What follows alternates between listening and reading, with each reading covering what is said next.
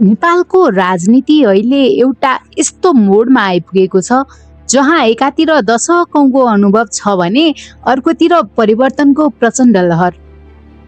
आज हामी चर्चा गर्दैछौँ देशकै सबैभन्दा हट सिट झापा निर्वाचन क्षेत्र नम्बर 5 को। के यो पटक नेकपा एमालेका अध्यक्ष केपी शर्मा ओलीले आफ्नो विरासतको किल्ला जोगाउनु होला या काठमाडौँबाट झापा झरेका बालेन शाहले नेपाली राजनीतिमा नयाँ युगको सुरुवात गर्नुहोला? आजको विशेष भिडियोमा हामी तथ्याङ्क, इतिहास र भर्खरैको जेनजी आन्दोलनले पारेको प्रभावको विस्तृत विश्लेषण गर्नेछौँ।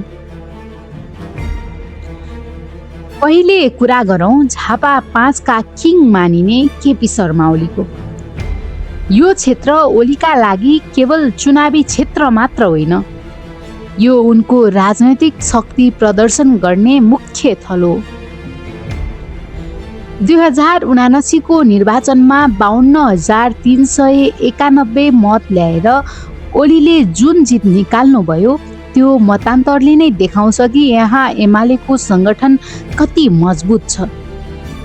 ओलीका समर्थकहरू भन्छन् झापाको विकास, औद्योगिक पार्क र दमकको स्वरूप फेर्ने काम ओलीकै भिजन हो।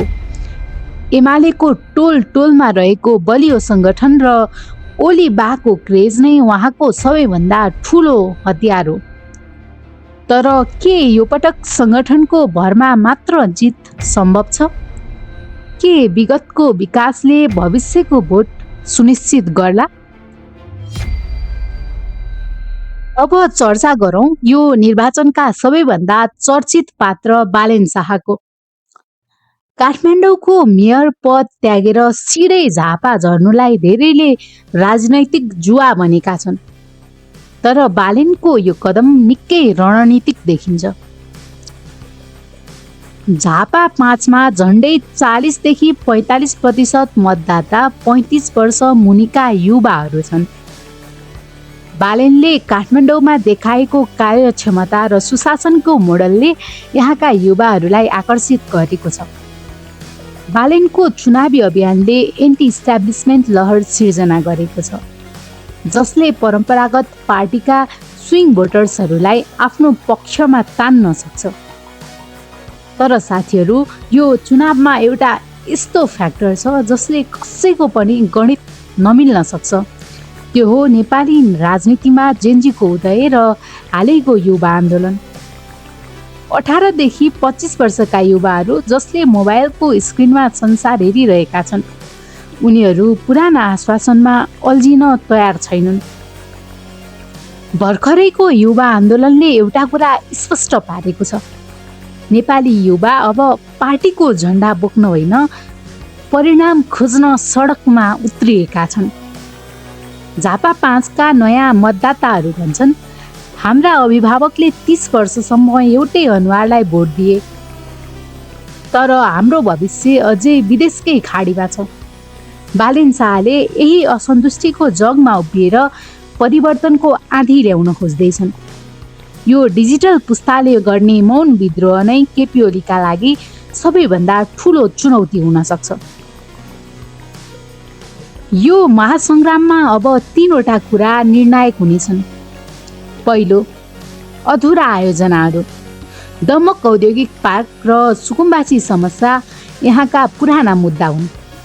विपक्षीले यसलाई असफलता भनिरहेका छन् भने एमालेले यसलाई निरन्तरताको एजेन्डा बनाएको छ। दोस्रो, युवा बेरोजगारी। झापाका गाउँ गाउँबाट युवाहरू पलायन हुने क्रम रोक्न बालेनले देशमै अवसरको नारा दिएका छन्। तेस्रो, गठबन्धनको खेल। यदि काङ्ग्रेस र अन्य साना दलले बालेनलाई समर्थन गरे भने ओलीको किल्ला हल्लिन सक्छ, तर यदि मत विभाजन भयो भने फाइदा एमालेलाई नै पुग्नेछ। मेरो विश्लेषणमा झापा 5 को यो लडाईँ अनुभव र सङ्गठन भर्सेस जोस र परिवर्तनको। केपी ओलीसँग इतिहास छ, तर बालेनसँग नयाँ आशा छ। यो 2082 को निर्वाचन केवल प्रतिनिधि छान्ने चुनाव मात्र होइन, यो त युवाहरूले पुरानो राजनीतिक शैलीलाई दिने रिपोर्ट कार्ड पनि हो। के झापाले फेरि पुरानो अभिभावक चुन्छ या एउटा नयाँ युगको सुरुवात गर्छ? यो हेर्न निकै रोचक हुनेछ। तपाईँलाई के लाग्छ? के बालेन शाहले ओलीको यो गढ भत्काउन सक्लान् या केपी ओलीले फेरि पनि आफूलाई अपराजित प्रमाणित गर्नुहोला? विशेष गरी झापाका दर्शकहरूले आफ्नो विचार कमेन्टमा पक्कै लेख्नुहोला। भिडियो मन परे लाइक र सेयर गर्नुहोला। यस्तै निष्पक्ष विश्लेषणका लागि च्यानल विपन आचार्यलाई सब्स्क्राइब गर्न नबिर्सनुहोला। म विपन आचार्य अर्को नयाँ अपडेटका साथ फेरि आउनेछु। धन्यवाद। नमस्कार।